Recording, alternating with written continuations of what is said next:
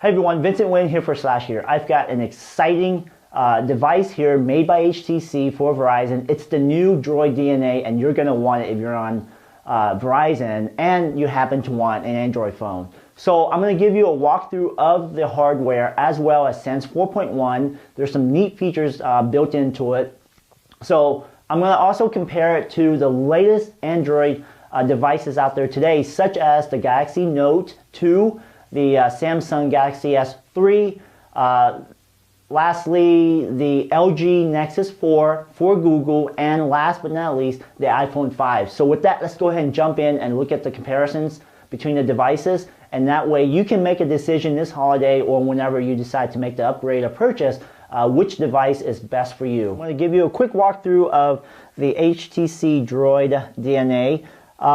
You know, before I get into that, I just want to let you know that it's been so long since I've been this excited about an Android phone, and I want to thank HTC for reinvigorating my excitement for an Android phone. It's been that long.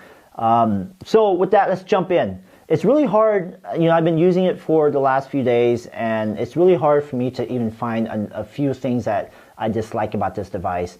Overall, the display is just eye-popping, amazing from edge to edge and every pixel in between. The camera speed quality is really good. The video quality is great. Daylight or in low light. Beats audio is also exceptional.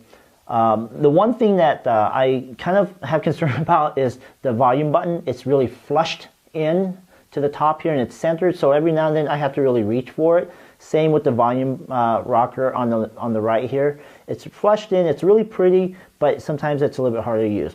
Now, as far as Sense 4.0 or 4.1, I love the fact that HTC has allowed me to have quick access to my 4 icons at the bottom there from the start menu. And, you know, especially when I have the device locked up, so that, you know, when you know, should I lose it or leave it somewhere, people don't have access to my device. So, you know, I have the option to lock the phone after 10 minutes or however long, and that's great. So within that the 10 minutes, I will have access to the device no matter what I want to do with it. See, no need to log in or swipe in the pattern. Everything just works. I mean, it's just extremely fast. I've yet to have any hang-ups on it. I'm not quite sure about the speed, the LTE speed, but I know in Phoenix it appears to be a little bit saturated, or I might be in a slower area, but I'm only getting about 8 to 10 down and 1 to 3 up. And then you know, obviously you get all your widgets, apps. In this case, you get your Verizon apps here. Powered by Snapdragon's S4 Pro quad-core chipset. Battery life-wise, I'm getting around 6 to 7 hours on a heavy usage day. You know, I think that if you are more conservative, you can actually go longer. In this case here, you can see that start my day earlier this morning around 9-ish, and I'm down to about 50% with very minimal usage. Gallery-wise, for image and videos, they're all sorted out in terms of day and where they were shot. Kind of like here, I took this when I was in San Francisco yesterday for lunch.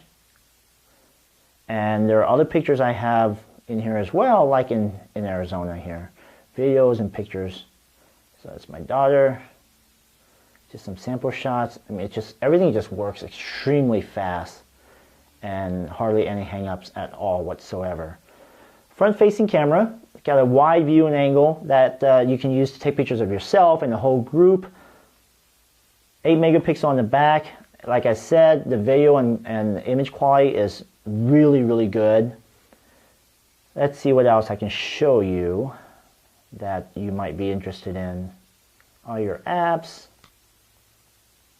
Browser, I mean, when you browse on this browser, it is just spectacular because 5-inch, you can't beat a 5-inch 1080p native resolution with 440 ppi. I mean, just the image, just the images, the text, everything just pops up. As you can see here, I have a love for watches, and you can see here, it just looks so good. Let's see here. Let's load up. Let's head on over to SlashGear and see what it looks like. As you can see here, the full page loads up.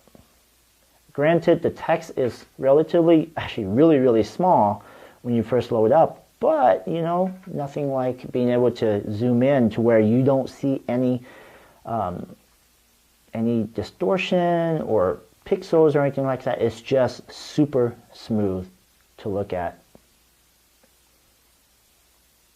See, everything is just really fast. So I've had an awesome experience with the DROID DNA.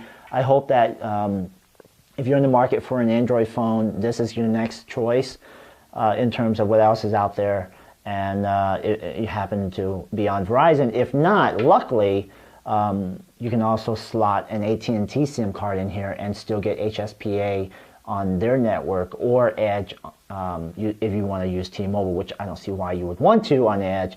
So that's that on the DROID DNA. Make sure to look for my full review on slashgear.com, and thanks a lot for watching.